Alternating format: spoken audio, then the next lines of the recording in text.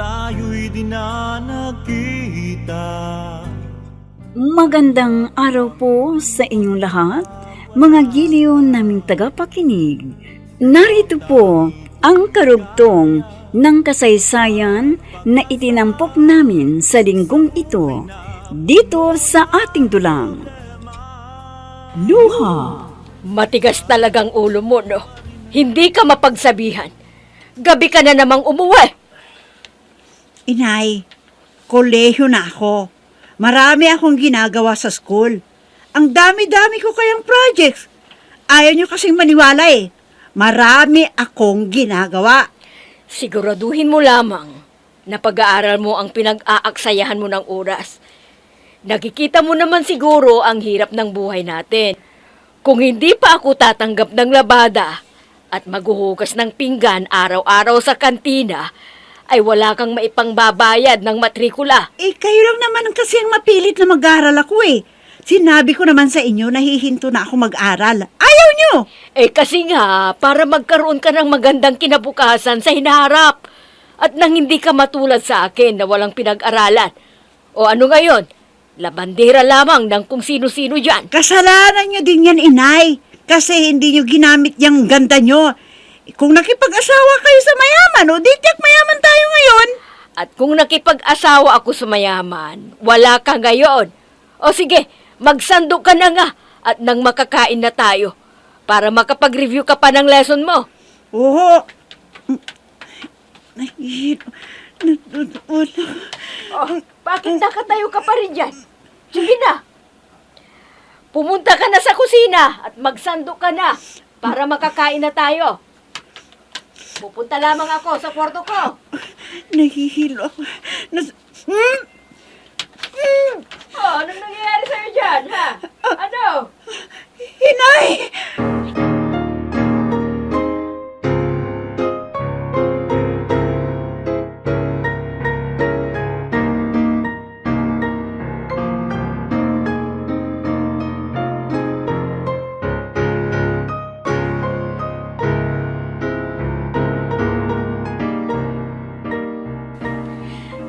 Salamat. Hindi pa lumalabas si inay. Bibilisan ko ang pagsandok ng pagkain. Pagkatapos tatawagin ko na sila.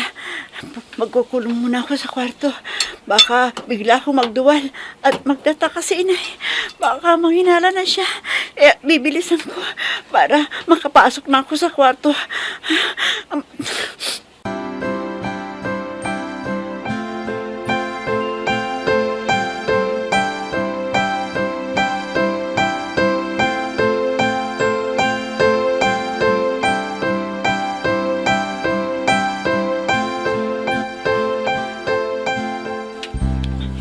Nagugutom na ako ha. Gusto ko nang kumain. Pero baka hindi pa natatapos kumain si inay. Bridget, anak! Po! Oh, akala ko ba kakain na tayo? Bakit nagkukulong ka pa dito sa kwarto mo? Mauna na ho kayong kumain, inay. Busog pa po ako. Ano? Ano bang kinain mo? At busog ka pa rin hanggang ngayon. Nagutom kasi ako nang palabas ako ng school, kaya nagmerienda muna ako. Tungat busog pa ako kaya mauna na kayong kumain, inay. Mamaya na ako kakain pag naramdaman ko na ang gutom ko. Sige na, inay.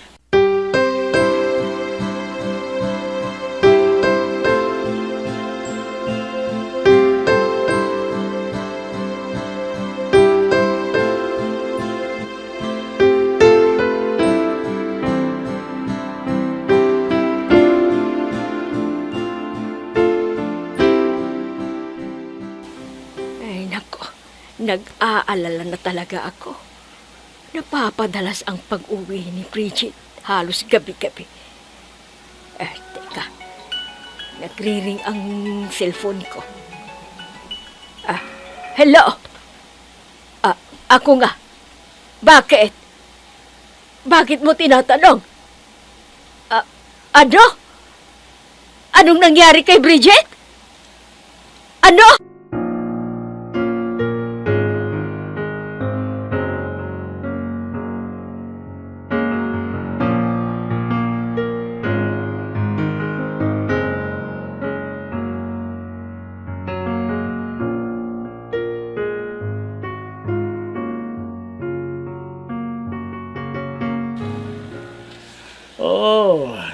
ikaw yung kausap ko kanina. Opo. Liga. Pumasok ka at doon na tayo mag-usap sa terasa. Liga. Opo. Mabuti naman at natuntun mo itong bahay. Kabisado ko na ho ang pasikot-sikot ng bayang ito. Sa uri ng trabaho ko madalas ay naglalakad ako sa paghahanap ng mga address ng property na idinidil ko po. Ganun ba? O paano? Dala mo na ba ang mapa ng property na dapat nating pag-usapan? Huwag ka mag-alala. Kapag nagustuhan ko ang binibenta mong lupa, may komisyon ka sa akin. Salamat po kung ganoon. Maganda talagang investment ang lupa. Pataas ng pataas ang halaga. Alam mo, hindi para sa akin ang lupang yan na bibilin ko kung magugustuhan ko. Kung hindi, para sa aking anak. Talaga po? Oo. Mapalad pala ang anak ninyo at bibili kayo ng lupa para sa kanya. Ako lamang ang naghanap ng lupa at bibili ako, pero ang pera, sa kanya. Dahil maraming pera ang aking anak. Mas marami pa siyang pera kaysa sa akin. Kaya mapalad ang mapapangasawa ng aking anak.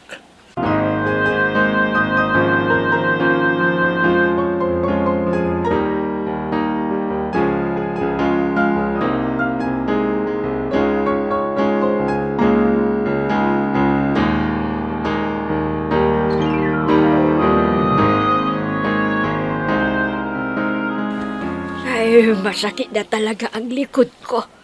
Hanggang ngayon, wala pa ang babaeng yon na bumibili ng gamot ko. Oh, bakit ngayon ka lang? Kanina pa ako naghihintay sa iyo Nakabili ka ba ng pinapabili kong gamot sa iyo? Oho. Kung hindi nga lang kami magkikita ni Edo ngayon, never akong magpapauto sa inyo na bumili ng gamot na panghilot ng mga dahon-dahon. Magpakulo ka nga ng tubig. Pagkakulo ilagay mo sa dahong nabili mo. Kung na naman na magpapakulo ng tubig, kung na nga bumili. Sumasakit nga ang likod ko Sige na, kumilos ka na. Magpakulo ka na ng tubig, tapos ilagay mo ang dahong binili mo. Kayo na lang kasi ang gumawa niyan. Trabaho niyo yan Dati ko ngang ginagawa to. Pero iba ngayon dahil nga masakit ang likod ko at balikat. Ang Hirap kong dami-dami nyo maigalaw. namang arte. Porke nandito ako. Magagawa yun namang mag-isa yan kung wala ako dito. Sandali lang naman anak Pakuluin mo lang ang tubig. Kayo na lang! Dahil naantok na ako! Mildred! Gina! Kayo na lang! Naantok na ako!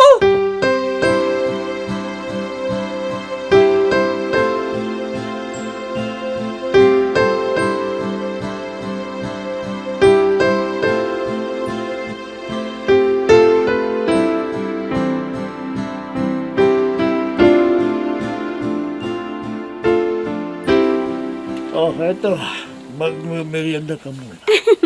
Naku, nag-abala pa po kayo. Siyempre naman, dapat akong magpalakas sa'yo para bigyan mo ko ng magandang lugar para sa bibili mong lupa.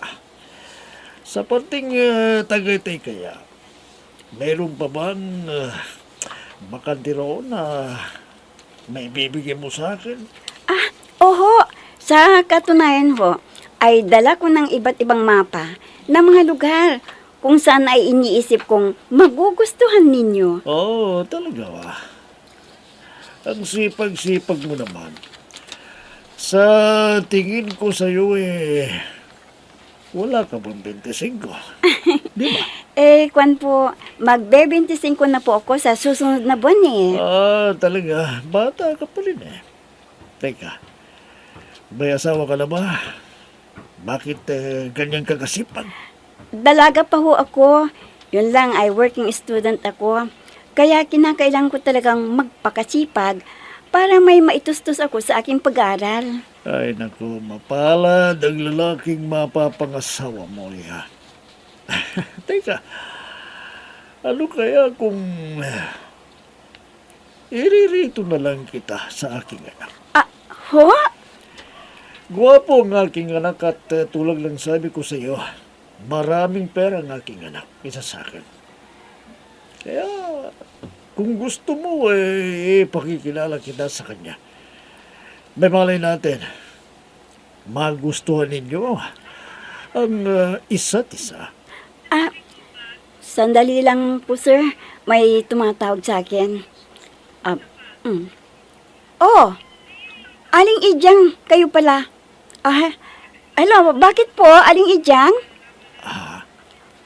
Bakit po?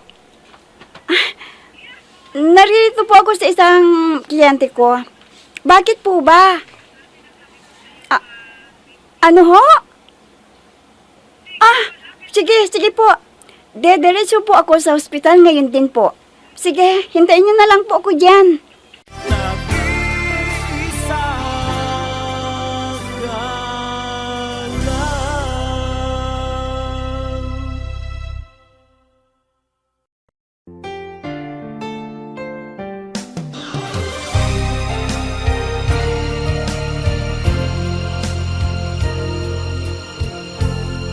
Magmula nang tayo'y di na nagkita, nadama ko. Aling Ijang?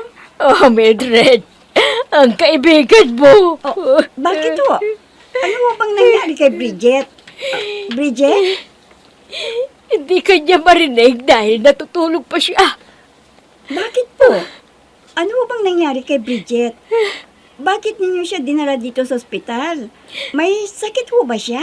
Wala siyang sakit, kaya lang nahilo siya dahil... Dahil ano po? Dahil buntis siya. Bakit ginawa ito ng anak ko? Nag-aaral pa lamang siya. Paano na ang kanyang pag-aaral? Paano na ang pangarap ko para sa kanya? Paano na? Iginagapan ko ang kanyang pag-aaral para kahit papaano ay makaahon kami sa hirap. Pero ano tong ginawa niya, Mildred? Ano? Humnahon po kayo, Aling Ijang. Ang importante ay nasa mabuti siyang kalagayan. Ikaw lang ang tanging mahal ko sa buong buhay kong ito. Pag-ibig ko'y tanging ikaw lamang, sa puso ko'y nag-isa ka lang. Gabing-gabi na pero hindi pa rin ako dalawin ng gantok. At ang naiisip ko yung pangalan ng nabanggit ng ahenteng babae ng lupa. Siya kaya ang babaeng nabanggit ni Mildred? Sa bagay, marami namang ganong pangalan. Baka kapangalan lang niya. Dad? Oh, hindi naman siyang nagangalang Ijang. Marami. Dad? Oh, anak. Ikaw pala. Hindi ko na malayo na nandiyan ka na pala. Kanina ka pa ba? Kararating ko lang, Dad. Ha? Oo, Dad? Ano yun, Iho? May problema ho ba kayo? Ha? Kanina ko pa napapansing tahimik kayo. Dati-rati kung ano-ano nang sinasabi niyo sa akin pag dumarating ako. Pero ngayon, narito na ako sa harapan ninyo. Tahimik pa rin kayo. May problema ho ba kayo? Kuwan kasi, Iho. Makinig ka. At mayroon akong ipagtatapat sa'yo.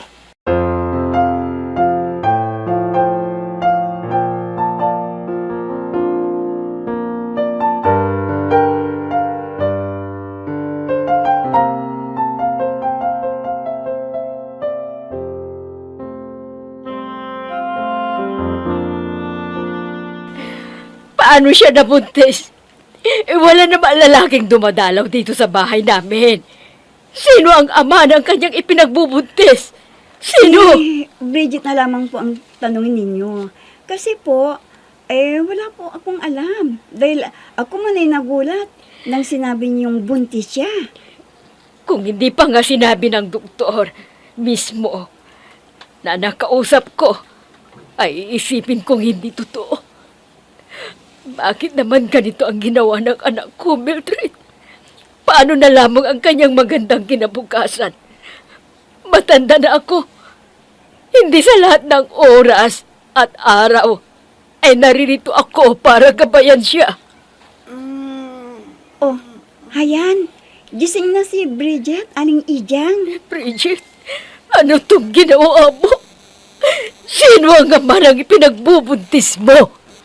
Sino?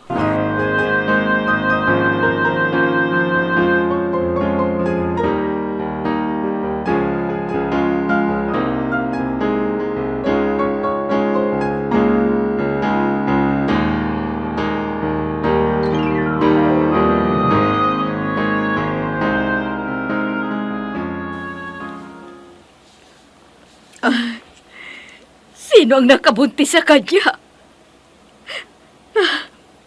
Bahala ka muna sa kanya. Dahil baka kung ano pa ang masabi ko sa kanya. Aling Ijang? Ay naku, paano ba ito? Bridget? Mildred, Mabuti naman at nagising ka na. Kumusta ka na? Kumusta na ang pakiramdam mo? eto, para akong nangihina. Teka, nasan ba ako? Naririto ka sa ospital dahil sabi ng nanay mo, nahilo ka daw. Ano? Nandito ako sa ospital? Oo nga. Nahilo ka kaya natarantang inay mo. Kaya ngayon, nandito ka sa ospital, isinugod ka niya dito, kaya nalaman niyang... Nalaman niyang ano, bakit hindi mo ituloy ang gusto mong sabihin? Juan kasi Bridget, ang sabi daw ng doktor ay buntis ka. Ano? Hindi totoo yan. Hindi.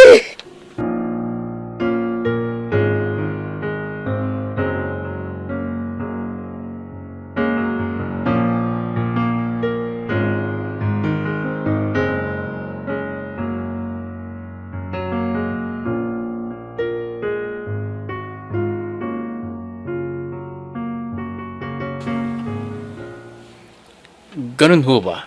Oo. Iyan ang buong katotohanan. Iho. Bakit hindi ninyo siya puntahan, Daddy? Alam mo, hindi pa ako sigurado kung tama ang hinala ko. Kaya ako nagdadalawang isip. Ang mabuti pa, Dad, papuntahin niyo ulit dito yung sinasabi ninyong ahente ng lupa para mas makilala ninyo ang pinaghihinalaan ninyong babae. Yan ang naiisip kong gawin para sa muli naming pagkikita ng ahente ng lupang yun, si Mildred. Nag-iisa ka lang.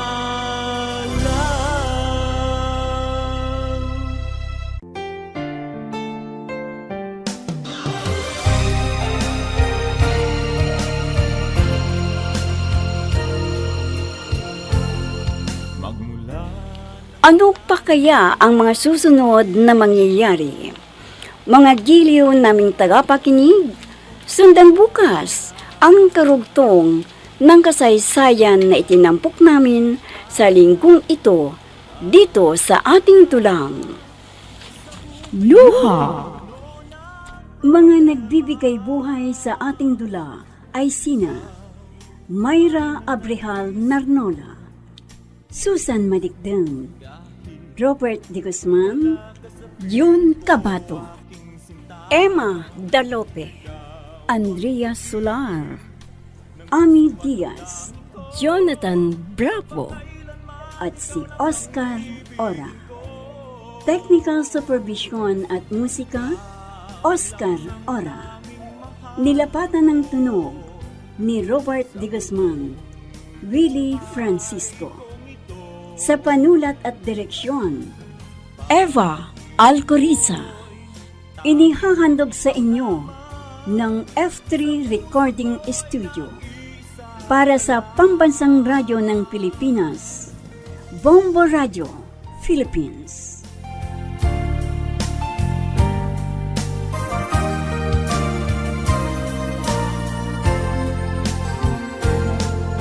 Ang alaala nating di malilimutan, kay sarap ng ating suyuan.